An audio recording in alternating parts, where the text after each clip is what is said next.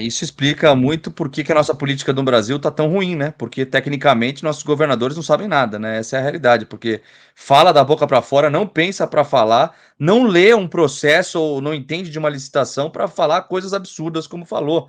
Deixa Ô, eu só Gui, colocar aqui para passar para o Edmundo. Né, Edmundo, não, tem o superchat do Thiago. O Thiago tá falando boa noite. Edmundo, você que é amigo do Mário Bittencourt, já ligou para ele para deixar claro sua posição em relação a isso e falta de respeito dele com o Vasco? Obrigado pelo superchat, Thiagão. A gente tem Thiago. que separar a Não, amizade nesse momento, né? não, depois desse evento, não. Em outras ocasiões, como o lado, já discutimos várias vezes sobre esse assunto, e a desculpa dele era essa: eu vou construir uma mega loja lá do Fluminense, e aí depois o Vasco vai jogar lá e vai quebrar tudo. Enfim, são essas desculpas esfarrapadas aí que ele dava. Ele é advogado, né, no modo geral, é difícil discutir com um advogado, mas eu acho que eu quero me apegar ao que você falou um pouco antes, Gui. Eu sou sócio de um clube chamado Marina, aqui no Rio de Janeiro, e nos finais de semana, quando eu vou lá, o governador está lá com a camisa do Flamengo, não faz questão nenhuma de, de esconder que ele torce pelo clube, e para mim é legítimo e respeito, mas ele não pode governar para o Flamengo, precisa governar para todos.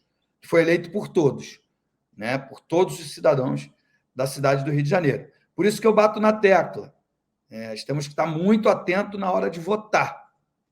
Não que eu queira que a torcida do Vasco vote num candidato do Vasco, mas tem que prestar atenção em quem você vai votar, quem será o seu representante nas decisões que ele vai tomar. Eu acho que isso tem que servir de lição. Essa situação tem que servir de lição para o torcedor do Vasco.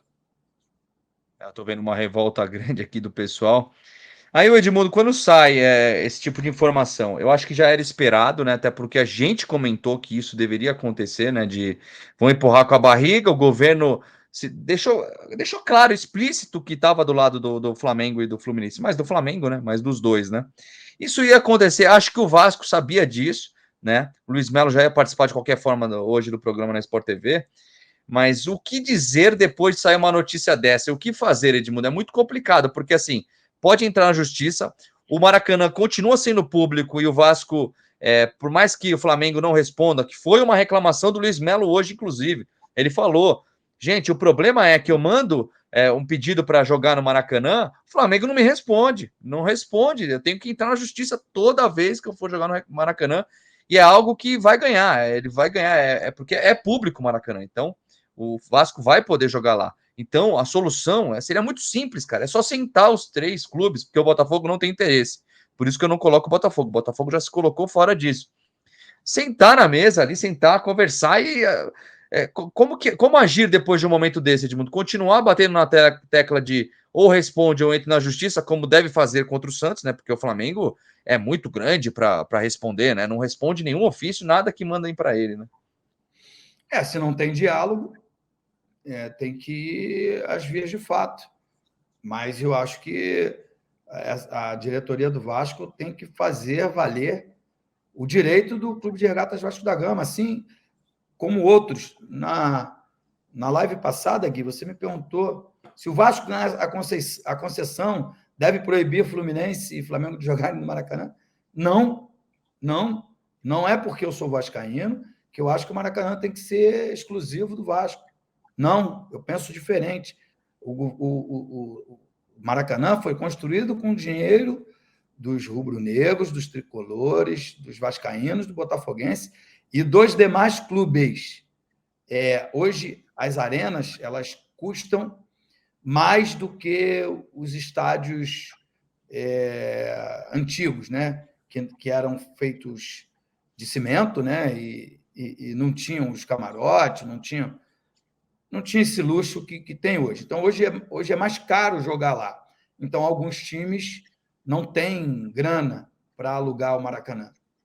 Mas quem tem grana e quer jogar lá, e aí eu estou dizendo especificamente de Vasco e Botafogo, tem o direito de jogar quando quiser. É claro, tem lá um jogo já marcado de algum time, né? Não dá para você jogar no mesmo dia, no mesmo horário. Mas joga um dia antes, joga um dia depois, mas exerce o poder de jogar no Maracanã. Eu vou bater nessa tecla a vida inteira, enquanto o Vasco não tiver um estádio que suporte o público que deu no clássico de domingo contra o Palmeiras. E Juninho, sabe o que eu achei também engraçado, cara? Porque me pareceu, gente, eu tô tentando ser totalmente imparcial nesse momento para falar sobre isso. Eu realmente achei infeliz o que o Mário falou. Não só eu, como todos os meus amigos jornalistas, tá? Jornalistas que torcem para outros times ou não torcem para ninguém. Eu tenho vários grupos de jornalistas que falaram sobre esse assunto. Todos acharam um absurdo o que aconteceu, tá? Pelo menos da minha bolha, vamos dizer assim, né? E o que eu achei mais incrível, viu, Juninho, disso tudo, é que o Vasco me pareceu o único preocupado com o Maracanã de verdade. Porque enquanto o Mário pegava e falava assim que a culpa do gramado estar ruim é porque o Vasco insistiu em jogar depois de vários jogos seguidos, né? Antes do jogo, inclusive contra o Palmeiras, o gramado do Maracanã estava horroroso. Estava horroroso. Não é porque o Vasco jogou lá que ficou muito pior. Lógico que piora, etc., mas não é a culpa do Vasco da Gama. E o Vasco pegou as melhores empresas do mundo, né? Agora eu não lembro, tem a do Allianz, do Allianz, né? Que é uma das empresas que ajudaria a administrar, e a de WP, Gramado, qual que era? acho que é Legends o nome? Legends, Legends, alguma isso, coisa que é assim. a mesma do Santiago Bernabéu, várias equipes na Europa lá. Foi o único clube que pegou e falou: não, vamos dar um jeito nesse gramado, mesmo que não seja para colocar, não é que tem que colocar grama sintética. O Vasco foi o único que pensou: vamos fazer um negócio legal aqui. A gente faz o Maracanã para Todos, era o nome disso, etc. E queria levar uma. Porque ele até usou como exemplo que tem vários jogos seguidos e não fica ruim um gramado do Santiago Bernabéu e outros pelo mundo, né? Achei que isso também pegou bastante, cara. O que você sentiu? Você teve essa sensação também, ô Juninho? Cara, a entrevista do Mário, a fala dele lá, foi baseada em clubismo, né? Tanto que o que você falou aí, dos seus amigos jornalistas e tal, assim, até amigo meu tricolor, que cobre o Fluminense e tal, tipo, gostou porque é legal quando o seu presidente dá uma cutucada no rival, a gente que é torcedor, a gente gosta, mas falou, cara, Uhum. ele foi bravata, ele jogou pra galera, assim, falou algumas coisas ali que ele mesmo se contradiz, né? O próprio Luiz Melo hoje fala, quando ele cita, né? Ah, por que o Vasco não pediu para jogar então contra o Bahia? Porque sabia que o jogo contra o Bahia não ia lotar. É claro que ia lotar. Feriado aqui no Rio de Janeiro, feriado nacional, na verdade, né? O Vasco joga contra o Bahia no Maracanã ia lotar mais uma vez. Tanto que São Januário, os 20 mil ingressos já foram embora. Então, se tivesse mais ingressos para vender, lotaria. Mas aí vem naquele ponto, né? O Vasco ia jogar contra o Bahia na segunda, na terça tem Fluminense e River Plate. Aí ia poder, então, ter 2 jogos seguidos em menos de 24 horas. Então, ele mesmo se contradiz nas coisas que ele fala. E viralizou também uma entrevista do próprio Mário, em 2020 ou 2019, quando ele estava do outro lado da moeda, que ele fala, o Flamengo se acha o dono do Maracanã, o Maracanã é de todos, todo mundo tem o direito de jogar no Maracanã. Ele cita até o Santos de Pelé. Verdade. Ele fala, o Maracanã não é só do Rio de Janeiro, não é só dos clubes do Rio, é de qualquer clube do Brasil. 2019, né? Acho que é 2019 ou 2020. Então, quando ele estava do outro lado da moeda, aí ele tinha esse discurso. E aí ele usa um argumento que é interessante, né? Que ele fala: a gente procurou o Vasco na gestão Campelo em 2018, talvez, e o Campelo não quis a gestão do Maracanã. E aí, então, o Campelo representava o Vasco, e se o Vasco não quis em 2018, o que quer agora?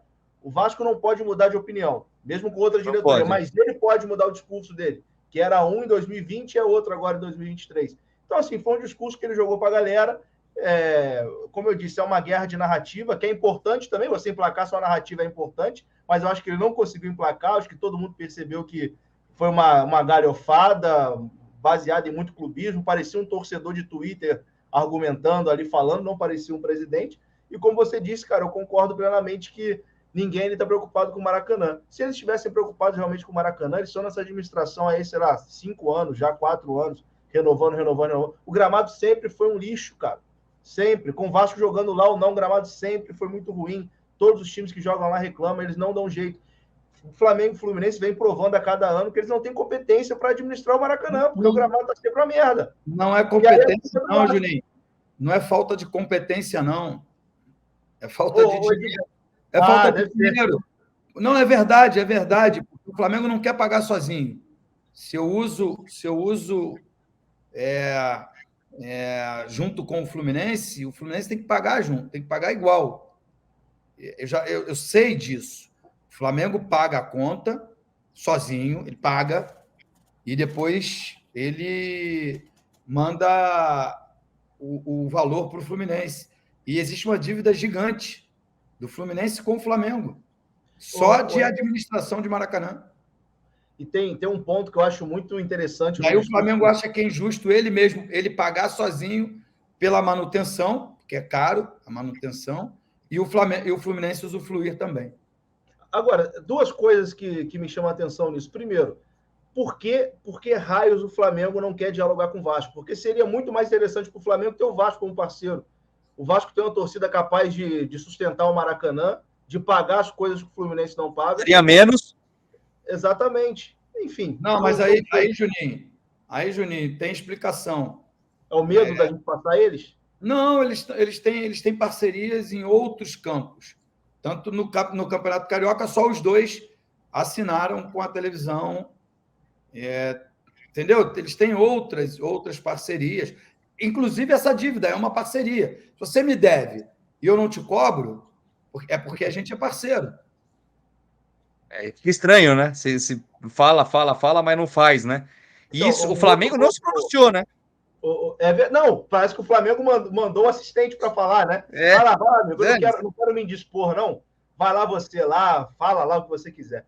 Um ponto que eu acho engraçado, para dizer o mínimo, assim, que a gente sempre vê o discurso do presidente do Flamengo, e às vezes do Landim também, quando ele fala, porque o Flamengo investiu 100 milhões, a dupla Fla-Flu investiu 100 milhões no Maracanã, não sei o quê, como se os coitadinhos, né?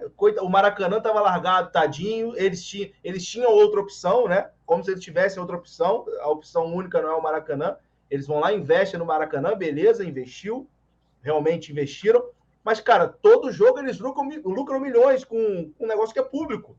Então, eles falam do que ele investiu, mas não falam do que eles ganharam. Todo jogo lá eles ganham milhões. Pode vender mais sócio torcedor, tem mais receita de bar, cabe mais gente no estádio, então é mais gente consumindo, é mais dinheiro que entra para você.